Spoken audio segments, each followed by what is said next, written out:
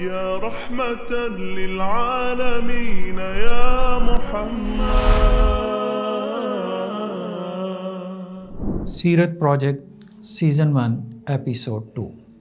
انسانوں کا آسمانوں سے زمین پر نزول کیسے ہوا؟ اللہ عز و جل نے زمین کی مٹی کا جوہر یعنی ایسنس لے کے اپنے دونوں ہاتھوں سے پہلے انسان یعنی آدم کا پتلا اسٹیچو بنایا۔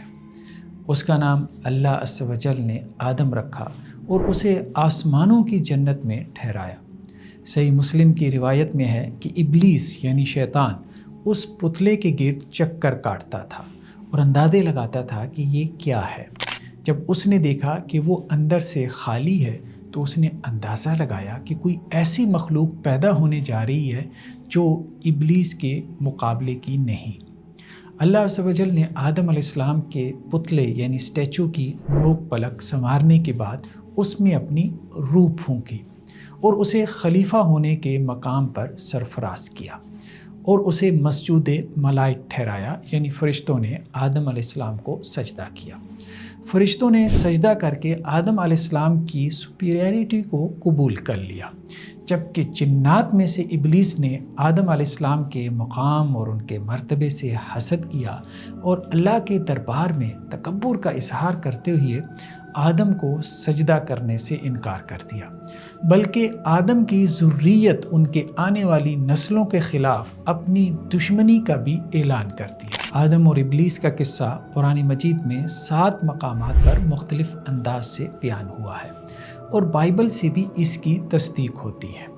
اسلامک نیریٹو کے مطابق آدم علیہ السلام کو پیدائش کے بعد آسمانوں کی جنت میں رکھا گیا تھا۔ ایک درخت کا پھل کھانے سے ان کو منع کیا گیا، لیکن اس درخت کا پھل کھانے کے بعد آدم اور اماں حوا دونوں کو آسمانوں کی جنت سے زمین کے اوپر پلانٹ ارتھ پہ اتار دیا گیا، جیسا کہ قرآن مجید میں اور بائبل میں تفصیل سے اس واقعے کا تذکرہ ہے۔ مستدرک حاکم کی ایک مستند روایت میں حضرت عبداللہ ابن عباس رضی اللہ عنہ سے منقول ہے کہ آدم علیہ السلام کو جنت سے ارض ہند میں اتارا گیا۔ قدیم زمانے میں موجودہ ہندوستان، بنگلہ دیش، برما، سری لنکا، نیپال اور پاکستان میں سندھ اور جنوبی پنجاب کا علاقہ ارض ہند کہلاتا تھا۔ البتہ بائبل کا نیریٹو یہ ہے کہ جس باغ عدن میں آدم علیہ السلام کو رکھا گیا تھا وہ باغ اسی زمین پر تھا۔ ایک انٹرپریٹیشن کے ذریعے سے بائبل اور اسلامک نیریٹو کو جمع کیا جا سکتا ہے کہ آدم علیہ السلام کو شروع میں تو آسمانوں کی جنت میں رکھا گیا، لیکن جب زمین پر ان کو اتارا گیا تو یہاں بھی اس آسمانوں والی جنت سے ملتی جلتی کسی جنت یعنی باغ میں رکھا گیا۔ قرآن مجید میں ہی ذکر ہے کہ اولاد آدم جب دوبارہ جنت میں واپس جائے گی تو انہیں اس جنت میں اسی دنیا سے ملتے جلتے پھل نعمت کے طور پہ عطا کیے جائیں گے۔ اس طرح مستند تفسیری روایات میں یہ بھی موجود ہے کہ جب آدم علیہ السلام کو جنت سے زمین پر اتارا گیا تھا تو انہیں جنت کے پھل دے کر اس دنیا میں بھیجا گیا تھا۔ اس سب کچھ کا مقصد آدم اور آدم کی اولاد کے لیے ایک دنیا سے دوسری دنیا میں انتقال یعنی ٹرانسفر کے وقت اگلی جگہ کے اعتبار سے مانوسیت کا ماحول پیدا کرنا تھا۔ انسانی مزاج میں یہ بات شامل ہے کہ نئی جگہ قدم جمانے یا ایڈجسٹ ہونے میں اسے وقت لگتا ہے، لہذا یہ اللہ عز و جل کی ایک بہت بڑی نعمت تھی کہ اللہ نے جب آسمانوں کی جنت سے نکالا تو دنیا میں ہی ویسی ہی ایک جنت میں رکھا۔ آدم علیہ السلام کو آسمانوں سے جب زمین پر اتارا گیا تو کہاں اتارا گیا؟ اس بارے اسلامی ذخیرہ روایت میں حضرت عبداللہ ابن عباس، حضرت علی رضی اللہ عنہما، حضرت قتادہ، حضرت ابو العالیہ رحمہم اللہ سے مروی ہے کہ آدم علیہ السلام کو ارض ہند میں یعنی ہندوستان کی سرزمین میں آسمانوں سے زمین پر اتارا گیا تھا۔ ابن عباس اور ابن عمر رضی اللہ عنہما سے یہ بھی منقول ہے کہ آدم علیہ السلام بیت اللہ کی تعمیر اور حج کرنے کی غرض سے ہندوستان سے مکہ کی سرزمین میں آئے تھے۔ حضرت آدم علیہ السلام کی قبر کے بارے میں بھی بیشتر تاریخی روایات میں یہ مروی ہے کہ انہیں ارض ہندوستان کی زمین میں ہی دفن کیا گیا تھا۔ البتہ بعض تاریخی روایات ہمیں یہ بھی بتلاتی ہیں کہ طوفان نوح کی بات نوح علیہ السلام ابا آدم اور اماں حوا علیہم السلام دونوں کی میتوں کو تابوت میں رکھ کر ہندوستان سے فلسطین لے گئے تھے اور انہوں نے فلسطین میں جا کے دونوں کو دوبارہ دفن کیا تھا۔ تاریخ طبری میں یہ بھی ملتا ہے کہ ارض ہند میں یعنی ہندوستان میں یہ سرندیپ کا علاقہ تھا جہاں آدم علیہ السلام کو اتارا گیا تھا،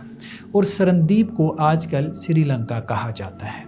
معروف سیاح ابن بطوطہ متوفہ 779 یعنی 779 ہجری 1368 عیسوی، انہوں نے اپنے سفر نامے میں اس بات کا ذکر کیا ہے کہ سری لنکا میں آدم کی چوٹی یعنی آدم پیک کے اوپر انہوں نے آدم علیہ السلام کے قدموں کے نشانات دیکھے جو کہ 11 ہاتھ لمبے تھے،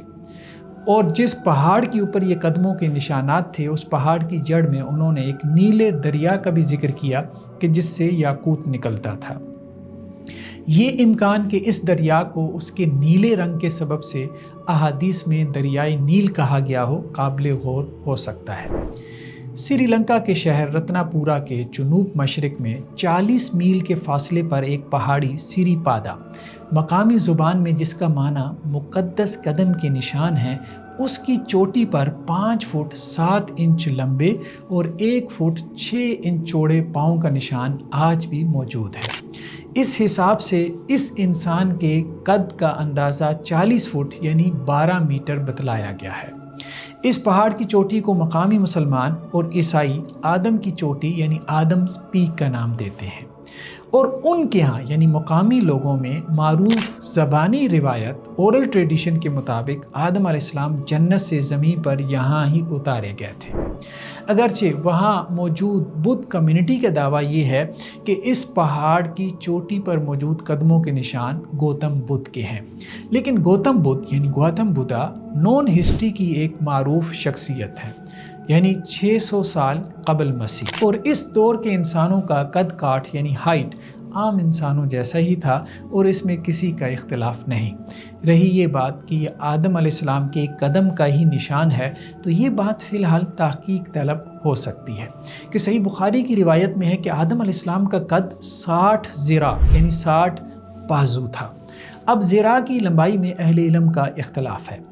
بعض علماء کے نزدیک آدم علیہ السلام کا قد 27 میٹر بنتا ہے، بعض کے نزدیک 37 میٹر بنتا ہے۔ قرآن مجید نے بھی جب قوم عاد پر عذاب کا تذکرہ کیا تو یہی کہا کہ اللہ کے عذاب کے نتیجے میں جب وہ زمین پر گرے پڑے تھے تو وہ ایسے تھے جیسے کھجور کے کھوکھلے تنے، کانہم اعجاز نخل خاویہ، اور کھجور کے درخت کی عام طور پہ لمبائی 15 سے 25 میٹر ہوتی ہے۔ اس سے بھی آدم علیہ السلام کے حدیث میں بیان شدہ قد ہی کی تصدیق ہوتی ہے، لہذا آدم کی چوٹی پہ جو قدم کے نشانات ہیں وہ آدم علیہ السلام کی بعد کی کسی نسل جنریشن میں سے کسی کے ہو سکتے ہیں، جیسا کہ صحیح بخاری کی روایت میں ہے کہ آدم علیہ السلام کا قد 60 ہاتھ تھا، یعنی وہ تقریباً 27 سے 37 میٹر بن سکتا ہے۔ لیکن حدیث میں ہی یہ بات ہمیں ملتی ہے کہ آدم علیہ السلام کے بعد انسانوں کے قد میں مسلسل کمی آتی رہی۔ صحیح بخاری کی روایت میں ہے کہ آدم علیہ السلام کو جب اللہ عز و جل نے پیدا کیا تو ان کا قد یعنی ہائٹ 60 ذراع تھا۔ ذراع کا ترجمہ ہاتھ کر دیا جاتا ہے کہ جس سے بازو یعنی ایلبو مراد ہوتی ہے جو کوہنی تک پہنچتا ہے۔ یہ بھی امکان ہے کہ روایت میں راوی کو وہم ہو گیا ہو کہ یہ 60 ذراع کے بجائے 60 شبرن تھا، یعنی 60 بازو کے بجائے 60 بالش تھا سپین، یا ذراع کا لفظ تو درست ہو لیکن عدد کے بیان میں راوی کو وہم ہو گیا ہو کہ یہ 30 ذراع تھا، یعنی 30 ذراع، اور اس قسم کا وہم سکہ راویوں کو ایتھینٹک نریٹرز کو بھی ہو جاتا ہے اور صحیحین کی روایات میں بھی ہو جاتا ہے، جیسا کہ اہل علم نے اس پہ مفصل بحث کی ہے۔ حضرت سلیمان علیہ السلام کی بیویوں کی تعداد کتنی تھی اس میں عام طور پہ راویوں کو وہم ہوا ہے، جیسا کہ صحیح بخاری وغیرہ کے بعض چینز میں یہ چیز موجود ہے کہ حضرت سلیمان علیہ السلام کی بیویاں 60 تھیں، بعض میں ہے کہ 70 تھیں، بعض میں ہے کہ 90 تھیں، بعض میں 99 اور بعض میں 100 بیویوں کا بھی ذکر ہے۔ ایک تعویل یہ بھی ممکن ہے کہ طبری وغیرہ نے ابن عباس رضی اللہ عنہ، قتادہ اور عطا رحمہم اللہ وغیرہ جیسے تابعین سے نقل کیا ہے کہ آدم علیہ السلام کا قد بہت اونچا تھا، آسمانوں کو چھو رہا تھا، تو زمین کے جانور ان سے وحشت کھاتے تھے، لہذا اللہ عز و جل نے ان کا قد چھوٹا کر دیا۔ اس روایت میں آسمانوں کو چھونے کا بیان مبالغہ آمیز معلوم ہوتا ہے، لہذا یہ بات تو اللاجیکل معلوم ہوتی ہے کہ آدم علیہ السلام کا قد آسمانوں کو ٹچ کر رہا ہو، اور یہ صحیح روایات کے بھی خلاف ہے کہ صحیح روایات میں آدم علیہ السلام کا قد 60 ہاتھ بیان ہوا ہے۔ البتہ یہ ممکن ہے کہ ان کے 60 ہاتھ قد کو مبالغتاً یا استعارتاً یعنی میٹافوریکلی آسمانوں کو چھونے والا کہہ دیا گیا ہو، اور اس قد کو اللہ عز و جل نے بعد میں چھوٹا کر دیا ہو، یعنی وہ 60 ہاتھ سے 30 ہاتھ کر دیا گیا ہو۔ واللہ عالم بالصواب۔ آدم کی پیدائش اور آدم کے جنت میں رکھے جانے کا قصہ ہمیں صرف مذہبی کتابوں میں نہیں ملتا، بلکہ سومیرین سویلائزیشن کی قدیم ترین نظم ایپک آف گلگامیش کے اندر بھی اس کا ذکر ملتا ہے۔ یہ نظم بابل یعنی بیبیلون شہر کی کھدائی کے دوران 1800 BC کے زمانے میں لکھی گئی تختیوں پر ملی ہے۔ اطراحاسس جو کہ اکادین سویلائزیشن کی باقیات کی ایک ایپک ہے، اس کے تقریباً 1650 یعنی 1650 قبل مسیح کے دور کے نسخے دریافت ہوئے ہیں۔ اس میں بھی آدم علیہ السلام یعنی کریشن کے قصے کا ذکر موجود ہے۔ 1700 قبل مسیح میں لکھے جانے والے سومیرین سویلائزیشن ہی کے ایک اور قصے زیو صدرہ میں بھی تخلیق کا بھی ذکر موجود ہے اور نوح علیہ السلام کا بھی ذکر موجود ہے۔ حکمائے سبا لما بین النہرین یعنی میسوپوٹیمین 7 سیجز میں پہلے حکیم اداپا، اس کے قصے میں بھی تخلیق کے واقعے کا ذکر موجود ہے، اور یہ سب مخطوطات یعنی مینوسکرپٹس یا تختیاں یہ 1400 کے قریب کے زمانے کی ہیں، یعنی 1400 قبل مسیح کی ہیں۔ بس ہم یہ کہہ سکتے ہیں کہ نظریہ تخلیق کریشنزم کے ریلیجس نیریٹو کی تصدیق خارجی ذرائع سے بھی ہو رہی ہے، ایکسٹرنل ایویڈنسز سے بھی ہو رہی ہے، آرکیالوجیکل جو ہے وہ ایویڈنسز سے بھی ہو رہی ہے، جیسا کہ آثار قدیمہ یعنی آرکیالوجی کے شواہد سے، وٹنسز سے، اور قدیم انسان کی تہذیب اور تاریخ کے مطالعہ سے بھی ہمیں معلوم ہوتا ہے کہ انسان جو ہے وہ پیدائش کے یا تخلیق کے قصے کو نقل کرتے چلے آئے ہیں۔ جاری ہے۔ جزاکم اللہ خیرہ، والسلام علیکم ورحمۃ اللہ وبرکاتہ۔ یا رحمة للعالمین یا محمد